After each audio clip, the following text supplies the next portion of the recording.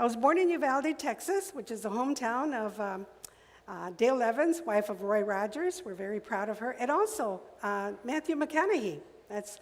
People always ask me, what part of Mexico are you from? And I tell them San Antonio. And I say, well, wait a minute, that's America. I said, oh yeah. I said, my ancestors lived there. We didn't cross the border crossed us because we were there first. So they were Mexican one day and American the next, and it was all legal. And then when I went to West High School, my husband and I met there, and we've been married 48 years, yay. And, but when I was at West High School, I was steered towards secretarial classes instead of college-bound courses. For whatever reason. I mean, reality is racism and discrimination is out there. And it was worse in the 50s and 60s. It's still there, subtle in some cases. But, my mom always used to teach us, it doesn't matter what's going on. And I'm sure you all know this. It doesn't matter what's going on around you. It's how you receive it and what you do with it. So because I, didn't go to college, formal education or anything like that, I pretty much homeschooled myself. Actually, my dad started it.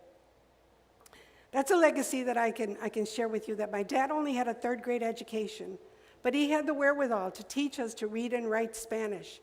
And nowadays, or anytime you hear, well, this is America, you should read English, speak English. But see, I grew up with 2 languages, and to me, it was normal. You have 2 arms, 2 legs, 2 feet, 2 languages, 2 cultures. It was normal. But he said, when you go to school, you're going to learn to read and write English. But nobody's going to teach you how to read and write it. And you need to know that because it's going to be valuable to you when you grow up. We didn't know that. Of course, we were mad because we had to be, Saturday morning, he'd be sitting with a little goofy book and teaching us to read and write it. But that was his legacy. The other part is that he left a legacy of music with my brothers. And well, all of us. I wasn't interested in music.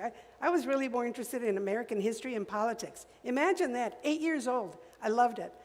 But my dad loved to play the guitar, and my brothers all became musicians. My nephews are musicians. In fact, a set of my nephews went on to be part of a band that traveled all over the country in South America. In fact, they were nominated for a Grammy, but they lost to Vicky Carr, I think. I don't know if any of you remember her.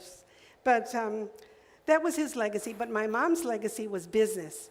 My mother used to sell snow cones from our front porch. She had a block of ice. She would scrape it and sell it for a nickel and a dime. That was a home-based business, and I didn't know that that's what it was. But again, my brothers, we had 4 brothers, and they were all musicians. They brought money home as well. And that was a home-based business. So now I just thought, oh, gosh, that's where I got it.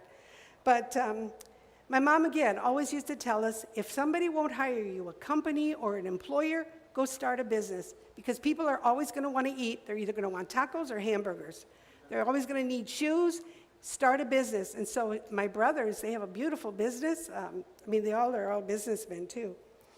But